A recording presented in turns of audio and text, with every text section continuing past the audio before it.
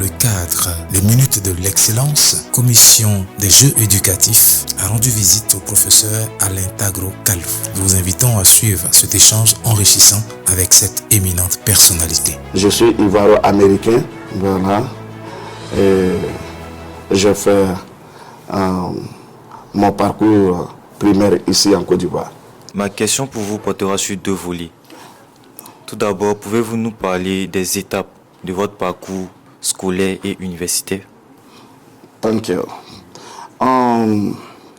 J'ai fait l'école primaire au village, voilà, à Daloa, dans un village qu'on appelle Gadouan, sous-préfecture de Gonaté. Après, j'ai fait le collège et c'est après la classe de troisième, voilà, après je passe en seconde, que je suis allé aux États-Unis. Voilà. Et donc aux États-Unis, j'ai fait le secondaire à Glendale Community College, j'ai fait l'université de Miami, et puis où j'ai eu mon master, voilà, et sur le programme encore mon doctorat, et j'ai fait aussi à l'université de San Diego, voilà, et l'université aussi de Miami. Étant jeune, avez-vous l'intention d'embrasser cette discipline qu'est la biochimie, précisément l'immunothérapie? En fait, il faut être honnête parce que il y a d'autres personnes, quand ils arrivent dans ce camp-là, oui, quand j'étais petit, j'ai pensé à ça. Non, moi, c'était pas... Moi, dans mon cas, j'admirais beaucoup les avions. J'avais voulu être un ingénieur aéronautique parce que j'aimais beaucoup les avions. Voilà. Mais une fois arrivé aux États-Unis, j'ai aimé la science, voilà, et parce que j'ai aimé soigner les gens et ça m'est venu comme ça. Et comme là où j'étais, dans mon entourage, il y avait aussi beaucoup de docteurs, voilà, et je voyais comment leur vie était, ils en parlaient avec passion. Je dis, mais bon, ben, voilà, ça c'était un premier facteur. Et après moi-même, ça m'a fasciné et j'ai trouvé que c'était une discipline, voilà, parce que j'étais poussé par la motivation d'aide. Professor Alain Tagro, my question for you in this morning is, what other activities do you do outside of your professional work that contribute to your success? Okay, that's a great question.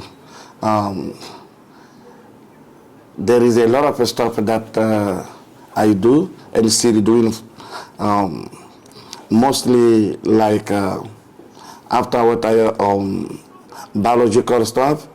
I'm a business owner. Yes, I'm a business owner, and that business is a business about what they call it about the field of everything that can help people, medical field, and I develop it in so many ways. But what I can say is, after my professional work, I'm a business owner.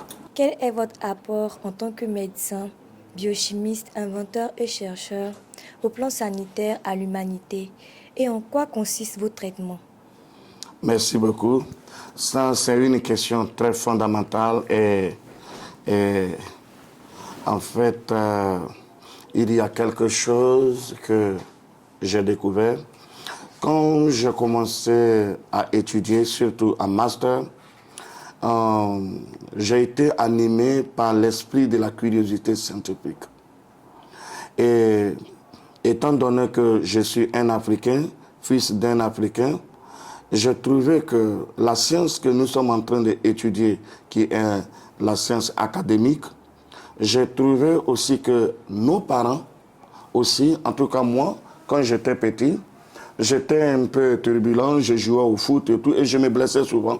Je voyais ma grand-mère qui coupait des plantes et elle pouvait mettre là-dessus et le lendemain, la plaie se cicatrisait. Donc je me suis dit, voilà, parce que j'ai étudié le poison board, j'ai étudié aussi les interactions avec la mangrove, les plantes terrestres et sous-marines. Voilà. Et donc, je me suis dit, il faudrait que je puisse aussi puiser dans ma culture pour voir, est-ce que chez nous, avant ce Western medicine, c'est-à-dire que cette médecine occidentale, est-ce que nous, les Africains, on ne se soignait pas?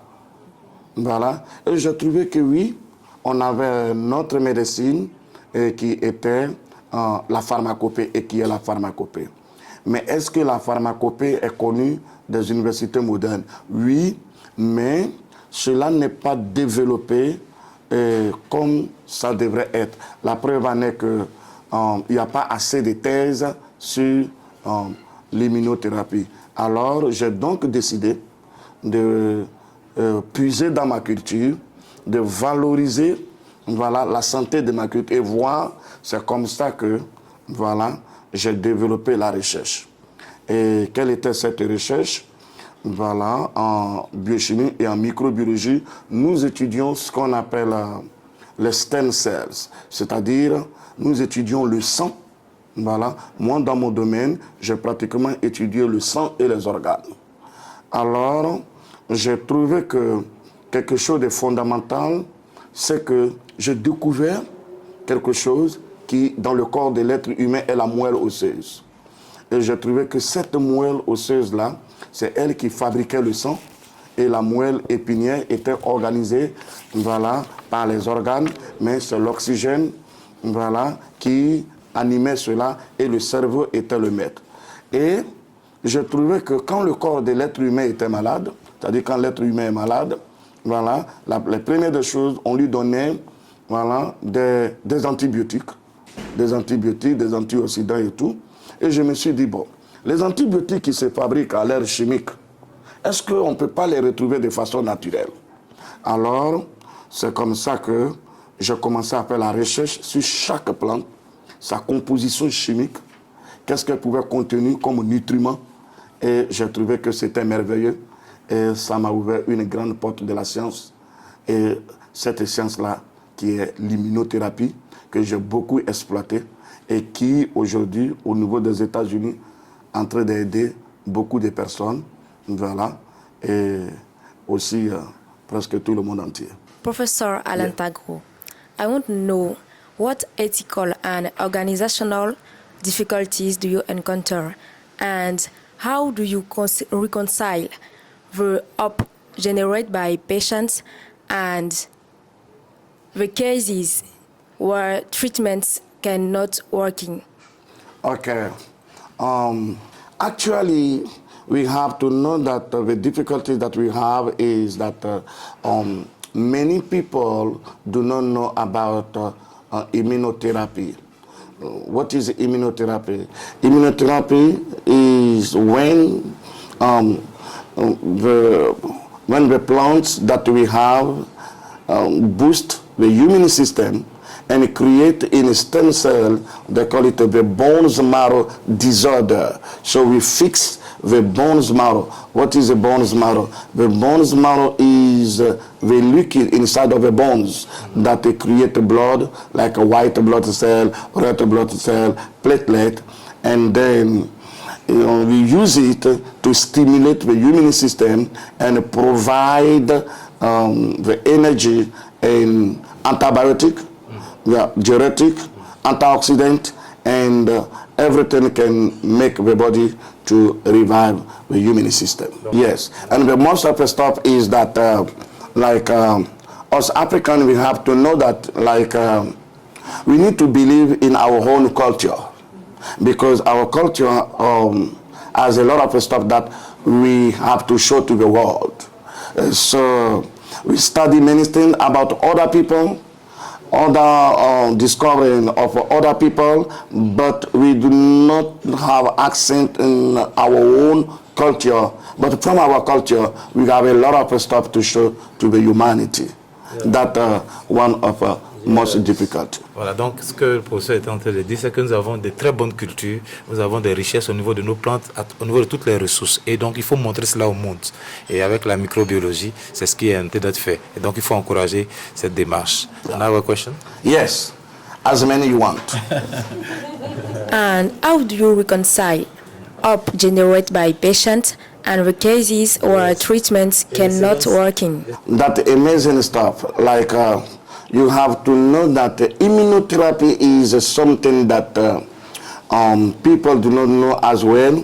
Is a science that prevents sicknesses. Our parents, most of the sicknesses that we are seeing today in this world, most of our parents that do not have that sicknesses. Example, cancers. Why? Because the product that they use is natural. How? Yeah, by their food and by their treatments, like they do not let inflammations, is inflammation that give cancer cell in the blood. So when they are using as like the food itself, many of people, even the plantain. Yeah, I studied plantain. I studied plantain in lab. I found out that most of what plantain can contain, like 14% of antibiotic, and some of the food that they eat here contain a lot of minerals that can help the system to revive. So most of our parents can even get like 80 years to 90 years, and they don't have a sickness like diabetes. So what I can tell you is that the difficulty that our therapy can give to humanity is less than what we are seeing today. Okay. Yes, everything have like exceptions, but I can tell you that if we come back to our cultural medicine, like people call it a traditional medicine, that is really immunotherapy, we will find out that a lot of things will change in our environment. L'immunothérapie présente comme difficulté moindre par rapport à ce que l'immunothérapie apporte comme bénéfice donc aux différents patients. Parce que par exemple, si on s'appuie sur ce qu'on a comme culture ici, on pourra guérir de certaines maladies comme le cancer et tout ça, et cela pourra nous permettre d'avancer. Professeur, nous tous présents ici sommes très admiratifs de votre parcours. Thank you. Maintenant, dans nos recherches, on a constaté que vous avez 7 doctorats. 7 doctorats. Mais au vu... Say it again? 7 degree. Oh yeah. Oui. 7 PhD. Mais au vu du nombre d'années d'études, je trouve que c'est un peu difficile d'avoir ces 7 doctorats. Comment vous avez fait? Quels conseils vous pouvez nous donner pour nos études? C'est formidable. Moi, aujourd'hui, je suis professeur agrégé en biochimie. Je suis attaché de recherche à l'Université de Miami. Je travaille aussi comme attaché de recherche à l'Université de Chicago. Je travaille aussi dans plusieurs labos. Je suis consultant au Cambridge. Et j'ai aussi enseigné dans plusieurs universités de l'Amérique latine, comme l'Université de Bonavera en Colombie, et puis aussi en Dominique République. En fait, comment est-ce que j'en suis arrivé là est que la première des choses que je souhaiterais vous demander, c'est d'avoir la motivation. La motivation. Il faudrait que vous sachiez que chaque être humain en lui a une sémence. Et cette sémence, il porte une graine. Et cette graine, son élévation, quand on met une graine dans le sol, quelle est sa direction? Vers le ciel. Donc, chaque enfant qui naît porte une graine et il devrait planter cette graine, accepter de grandir. Et pour grandir, la première des choses, c'est la volonté de grandir. Il faut avoir la volonté d'aller de l'avant et il faut que tu saches que tu as en toi toutes ces capacités-là.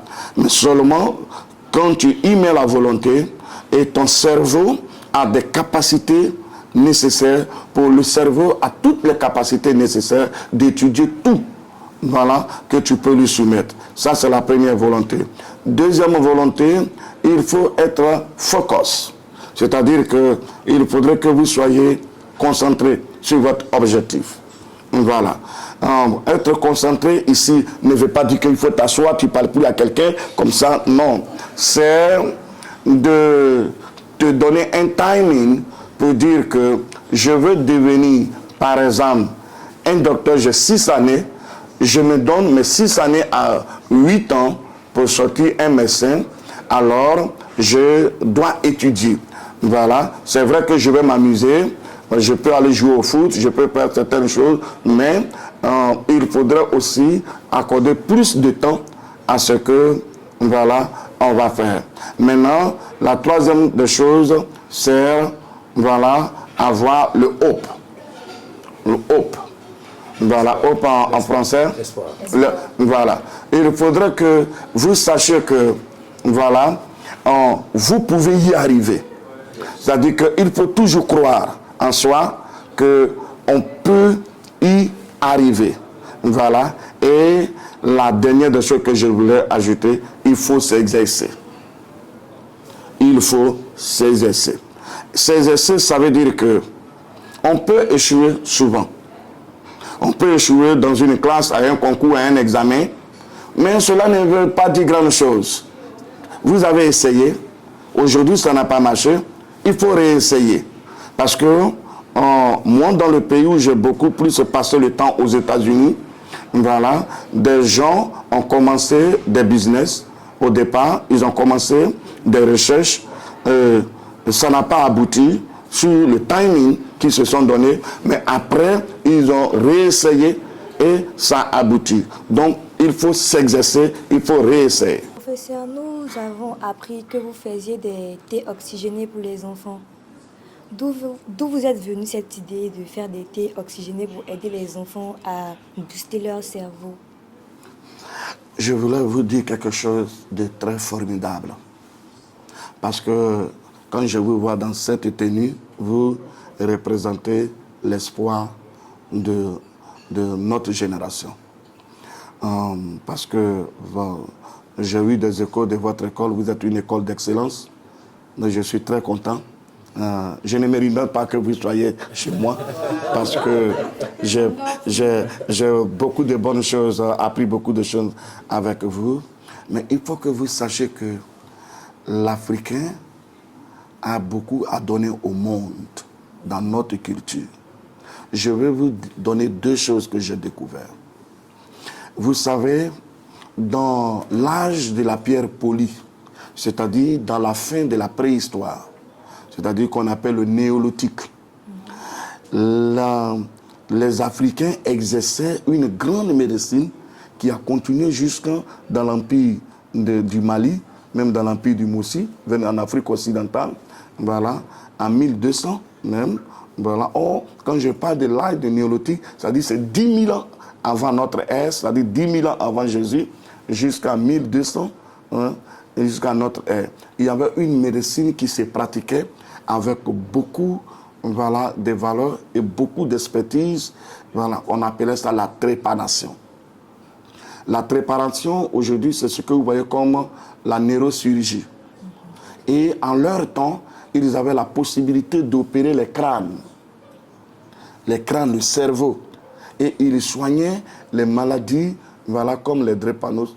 Ils soignaient les maladies comme les Alzheimer, ils soignaient la dépression, ils soignaient le palu, ils soignaient beaucoup de choses de façon efficace. Les livres disent que le taux de survivants était presque à 100%. C'est-à-dire les gens survivaient avec ça.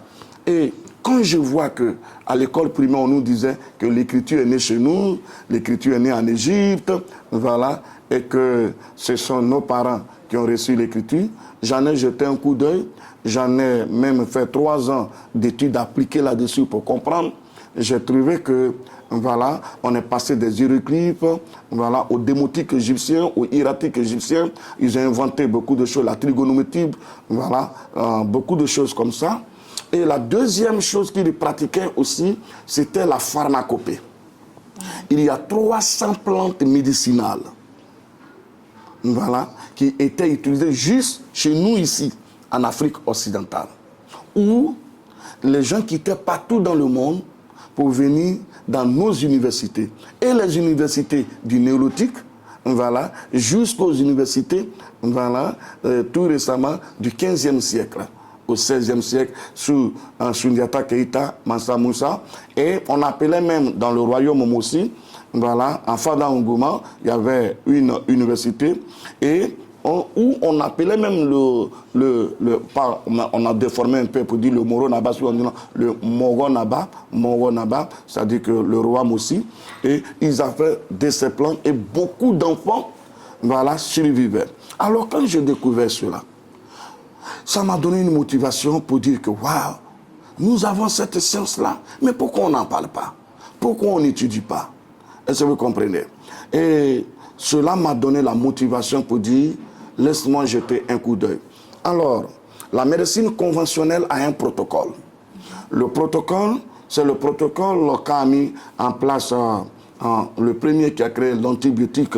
Voilà, cet antibiotique, il s'appelle Alexander Fleming. C'est un Écossais, c'est un Anglais qui a créé, voilà, avec Howard et puis Howard et puis Ernest Chain. Ils ont eu le prix Nobel de la médecine. Mais il y a quelque chose qui est touchant dans votre question.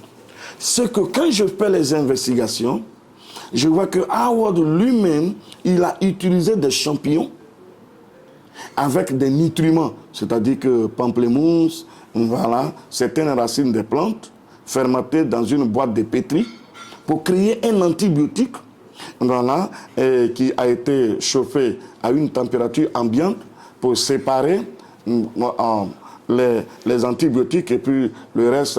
Et après, il a nommé cet antibiotique la pénicilline. La pénicilline. Alors, quand je regarde dans le fond, Howard, on lui pose des questions sur certains tests. Il a dit, il est venu à ça de façon accidentelle, vous savez. Voilà. Mais quelque chose qui est fait depuis l'âge du néolithique par les Africains jusqu'au XVIe siècle ne peut pas être un accident par quelqu'un. Ça veut dire qu'il a dû jeter, voilà, sur les rapports, voilà, de l'Afrique de l'Ouest. Est-ce que vous voyez? Donc, à partir de ce moment, je me suis dit que nous aussi, puisque c'était notre tradition, qu'il faut faire ressortir. J'ai créé un grand comité scientifique avec des professeurs aussi agrégés d'autres universités. J'en ai plus aussi en Afrique ici, voilà, même au Burkina et en Côte d'Ivoire. J'ai pris au Burkina, voilà, je peux aussi faire son nom, voilà, compte tenu de certaines choses, je peux parler de moi-même, mais un professeur agrégé en biochimie avec lequel je travaille à l'université de Chicago. Qu'est-ce que nous avons fait? On prend par exemple, je vais vous donner un exemple. À Magnin, par exemple, qu'on appelle la basilique, voilà, il y en a plusieurs espèces, c'est la 14e espèce. Et nous faisons par décoction, voilà, nous prenons à Magnin, on peut la faire bouillir, et à partir de là, au labo, dans une boîte de fruiterie, on a d'autres composants qu'on ajoute, voilà, et on soumet ça à un test. Voilà, on a commencé sur le cancer de côlon qu'on appelle en science HCT116, ça c'est le cancer de côlon. Et on applique certaines plantes, voilà, sur le cancer de côlon et on trouve que les résultats, c'est émerveillant. On voit que nos plantes ont la capacité de détruire certains cancers, de détruire certains pathogènes. Donc, les maladies génétiques qui pratiquent, comme par exemple, quand on fait les examens comme la macrocytose, voilà, quelqu'un qui est né épileptique, on fait un examen, on dit il a une macrocytose, une anémie microcytaire, hypochrome isolé, qui veut dire il a une déformation des cellules. Donc, à partir de là, nous voyons que, voilà, les plantes que nous prenons et que nous soumettons au laboratoire peuvent aussi, de façon conventionnelle, respecter un certain nombre de dosages et pouvoir aussi aider les enfants et tout le monde. Donc, à partir de ce moment-là, on est joyeux. Nous, les Africains, on peut présenter quelque chose qui n'avait jamais existé auparavant. Aujourd'hui, on dit les tradipraticiens et comme ça. C'est vrai, ils ont cette notion, voilà, de l'ADN qui constitue que les Africains se soignent avec les plantes, mais cela n'avait jamais été soumis au laboratoire. Nous l'avons décidé, actuellement où je parle, voilà, et on a mis une pause, on reprend ce mois, ils sont déjà au travail, peut-être après la participation à votre, je retourne pour le travail, et on est en train de travailler au labo. On a fini avec le cancer de la prostate, on a fini avec le cancer de côlon, on est en train de faire le cancer des seins, on est en train de faire le cancer des sangs. C'est merveilleux parce que depuis longtemps, personne n'a jamais osé le faire. Et nous avons voulu faire ressortir, voilà, que les Africains ont leur science qui peut être prouvée au labo et qui peut constituer une manne de business. Yes. Et aujourd'hui, je vous le dis, avec déjà ce que je fais comme recherche, déjà pour créer l'immunothérapie. Or, l'immunothérapie chez nos parents, c'est l'antibiotique naturel, l'antioxydant, l'antifongique, l'antioxydant, c'est-à-dire pour réduire ce qu'on appelle l'oxydation. Vous connaissez l'oxydation. Et quand le corps respire, c'est-à-dire qu'il reste ce qu'on appelle les saletés, qu'on appelle les radicaux libres. Et nous avons des plantes pour éliminer ces radicaux libres. Nous avons les anti-inflammatoires. Or, vous savez que c'est la continuité des inflammations non atténuées qui donne le cancer. Nous avons ces plantes-là et nous avons l'antifongique pour nettoyer le sang. J'ai mis ça ensemble pour créer d'abord un thé. Un thé qui répond au nom de l'immunothérapie, mais pas un thé au hasard, un thé dont les plantes ont été étudiées au labo, respecté un dosage et qui est devenu le zézépagnon, qui est vendu dans le monde. Aux États-Unis, pour le moment, on peut vendre près de 10 millions de dollars. Voilà. Et c'est pour ça que je vous ai dit, en dehors de la biochimie, maintenant, j'ai une société sur la base de la recherche de la biochimie qui m'a amené à créer cette société. Je suis l'un des Noirs qui, aux États-Unis, a réalisé une société à base de sa culture et de sa médecine et qui, aujourd'hui, emploie et aux États-Unis et ici aussi en Afrique. Voilà. Thank you so much. Masterclass. Merci, professeur Alain Tagro. Yes, merci beaucoup. Professeur, ma question était sur les conseils que vous pouvez apporter aux enfants. Je crois que l'élève a posé cette question, vous avez répondu en partie. Je veux me recentrer un peu sur les filles dans le domaine de la science. Quels sont les conseils que vous pouvez leur donner pour les défis, les enjeux, les opportunités? Surtout pour être excellent comme vous. Parce qu'il y a une qui veut faire de la médecine. En fait, la médecine, c'est la matière la plus facile de toutes les matières. Ah bon? Parce que la science est exacte. 1 plus 1 égale à 2. Voilà. Et la recherche est exacte. Est-ce que vous voyez? Ce que je peux dire aux filles, c'est qu'elles peuvent avoir leur vie. Et quand je dis leur vie, de femmes, s'entretenir, rester belle. On n'a pas dit qu'une femme qui étudie doit se négliger. Mais elles doivent être concentrées. Voilà. Pour dire quoi? Dans les pays, par exemple, comme les États-Unis, il y a beaucoup de femmes médecins, mais il y a beaucoup de femmes qui entreprennent. Il faudrait que les filles comprennent qu'elles ont un cerveau comme les hommes. Et elles doivent développer, s'élever. Voilà. Et à créer. D'ailleurs, je ne vais pas rabaisser les hommes, mais dans notre société africaine, il y a une première conception des femmes dans la création. Prenons la préparation, la cuisine. Est-ce que vous voyez? Les femmes ont introduit dans la cuisine des données scientifiques, voilà, que les gens ne comprennent pas.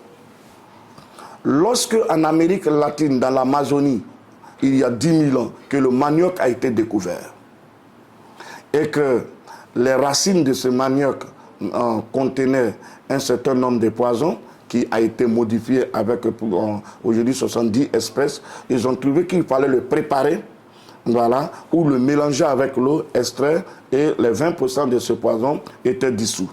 Mais en Afrique de l'Ouest, il est arrivé à un certain moment qu'il y a un peuple du Sud qui a commencé à développer le manioc, et l'amidon du manioc a commencé à donner les goitres. Est-ce que vous voyez? Voilà le thyroïde. Les femmes ont trouvé que c'était l'amidon qui faisait ça. Et elles ont trouvé qu'il fallait trouver un autre nutriment qui était l'huile rouge, qui était efficace en vitamine K. C'est pour ça que vous allez voir certains peuples qui mangent de la sauce graine et tout, jusqu'à 80 ans, ils peuvent voir clair parce que l'huile rouge contient de la vitamine K. Donc, ces femmes-là ont mélangé l'huile rouge avec de la kéké. C'est-à-dire la kéké avec pour annuler, un truc de goitre.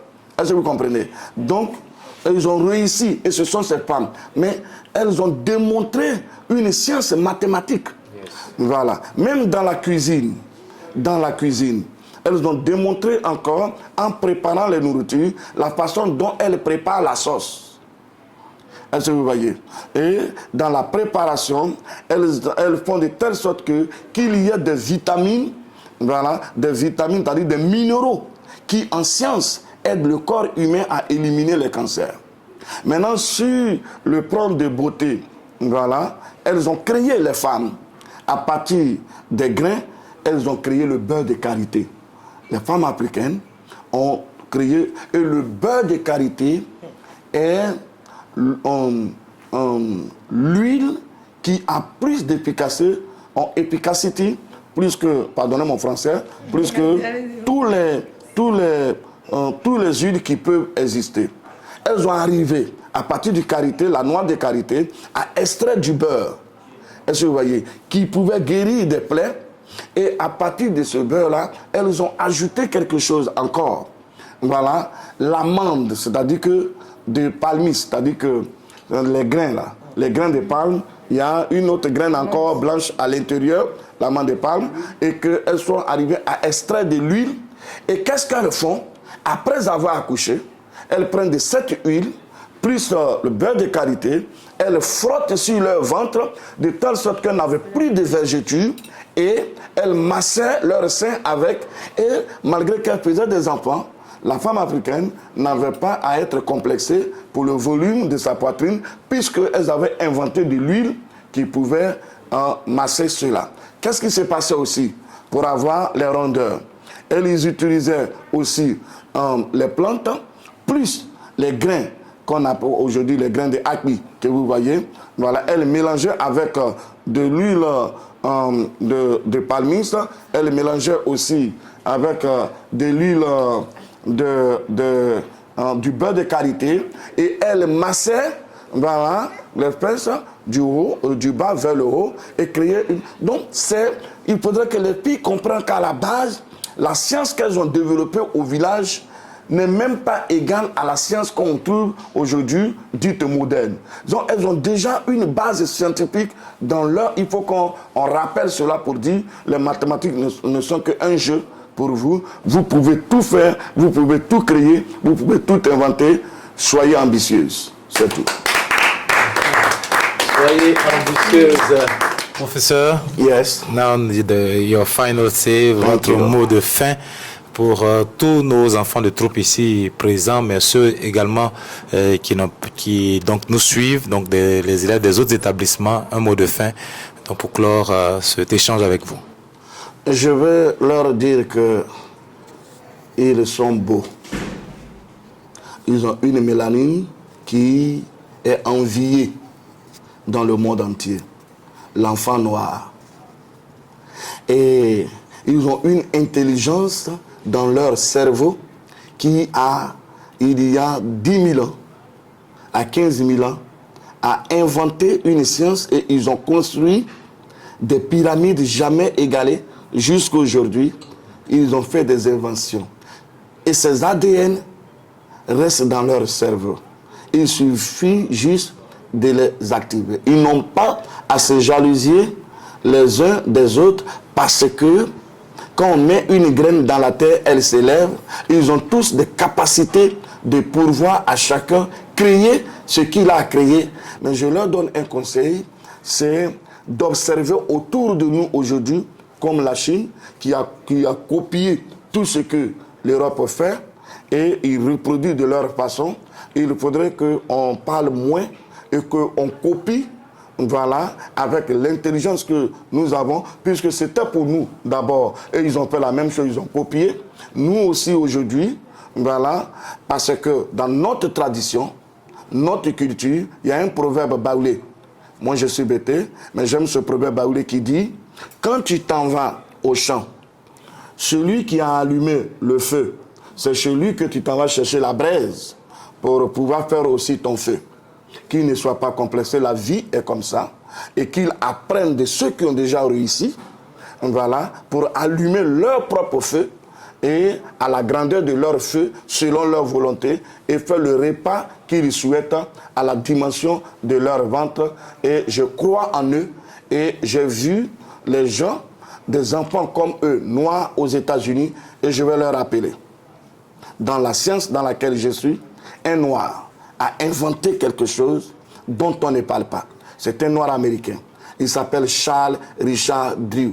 Aujourd'hui, on en parle peu, mais c'est lui qui a révolutionné la médecine moderne. Il est le premier à créer les banques de sang. La transfusion sanguine que vous voyez a été inventée par Charles Richard Drew. Je me suis inspiré de lui pour moi aussi, voilà, affermir l'immunothérapie, déjà qui est la science de nos ancêtres. Alors je crois à tous ces jeunes qui peuvent faire beaucoup mieux et mieux. Courage à eux et nous comptons sur eux. Donc au nom du commandement de l'EMPT, on dirait même depuis le ministère, en passant par l'état-major, nous tenons vraiment à vous dire merci. Parce que ce n'est pas évident avec votre programme que vous nous ouvrez vos portes. Et c'est encore nous-mêmes qui sommes en train de vous demander la permission. Sinon, vous êtes encore en train de donner des conseils aux élèves et par ricochet à nous-mêmes aussi. Parce que tout ce que vous avez dit ce matin, chacun de nous s'est senti interpellé. Donc vraiment, nous voulons vous dire merci et vous dire que c'est une fierté pour nous de rencontrer quelqu'un comme vous qui hisse haut le drapeau de l'État de Côte d'Ivoire. Parce qu'on voit ici, on a des cerveaux qui s'en vont et quand ils voient les situations alléchantes là-bas, qui restent, qui ne parlent même plus de notre pays. Mais vous, malgré toutes les opportunités que vous avez eues, vous continuez à parler de la Côte d'Ivoire et on voit derrière vous ici, non seulement il y a le drapeau américain, mais il y a le drapeau ivoirien. Nous venons vraiment tenir à vous féliciter, Et c'est vrai, on vous a pris de court, mais vous n'avez pas regardé le délai. Vous êtes prêtés vraiment à tout ce que nous vous avons demandé. Vous avez tout arrêté pour nous déjà aujourd'hui et mercredi prochain également pour être à nos côtés. Au nom de notre commandant école, le colonel Tanon, nous voulons vraiment vous dire merci déjà pour ce que vous avez déjà fait et pour ce que vous allez encore continuer à faire pour nous. Et nous savons que la collaboration entre le professeur par extension, Mapa Sesepagnon et l'EMPT sera scellée pour que vous aidez vraiment nos enfants à faire de l'excellence quelque chose de vivant. C'est vrai, on parle d'excellence, mais il faut qu'ils aient un modèle devant eux pour copier. Comme vous l'avez dit tout à l'heure, on copie ce qui est bon. Donc il faut que ce modèle-là soit là devant eux. Donc, souffrez que par d'autres occasions encore, nous venons vers vous pour que vous veniez nous aider à motiver nos élèves. C'est très important pour nous, c'est important pour la communauté EMPT. Donc, au nom vraiment de notre institution, nous voulons vous dire merci.